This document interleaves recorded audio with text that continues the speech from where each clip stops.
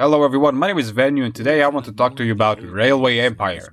You might be thinking, what a guy that usually plays warfare-oriented games, shooters, and strategy games that have blood, gore, war, and explosions. What is he talking about when it comes to trains? Why is he talking about them? Well, Railway Empire, I bought it some time ago in Humble Bundle or Humble Choice or whatever. I just installed it on my PC and said, you know what, let's see this game. There's a lot of stress going on around, so let's just try to stress out. And I was kind of wrong, because yes, there are missions that are very simple, and if you play the game without AI, it's not very stressful at all, but it can be quite stressful if you're playing against AI. AI is not as dumb as you think it is, and it's not as of a simple game, especially if you put the realistic mode, where you do have to actually put attention what are you doing with your tracks, and the trains cannot go through each other. So there's a little bit of planning involved, and how do you want to expand your railways. But it's a very enjoyable game. I was really pleasantly surprised. Currently, I've logged on about 13 hours in the game, and the 13 hours have been really full. There was no like AFK from the PC or anything like that. I was actively playing the game. Now, there's a lot of DLCs that add actually quite a bit. They add new locations, new trains, new rural farms, and new goods to transport, and that's actually very fun. And also they even add new currency, which is, that's very simple to do. This game was developed by Gaming Mind Studios. They have made such games as Dungeons 3 or Tropico 6 recently, and it's been published by Calypso Media.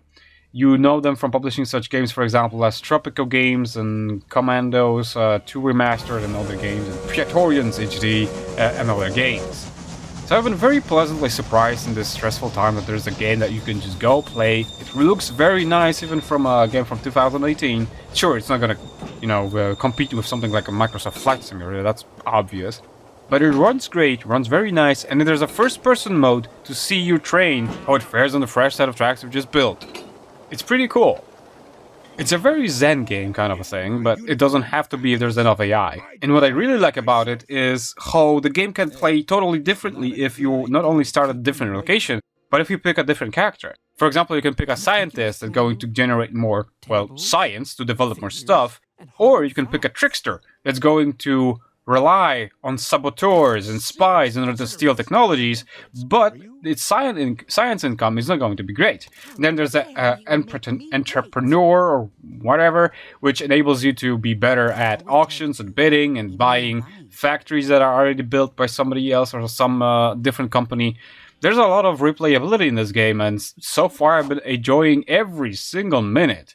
While the campaign itself can be hard, I think the replayability is pretty high, at least to me. If you're just tired of all this shooting going around, of all the stress, and you just want to kind of zone out and think about trains, and also without selling your liver, or maybe even 2 kidneys, and selling your other arm and your good leg, well, this is a game for you. And I would totally recommend picking it up on a sale, or even at $60 if you're interested, really interested about trains, on Steam. Or what about for free on Epic Games Store right now?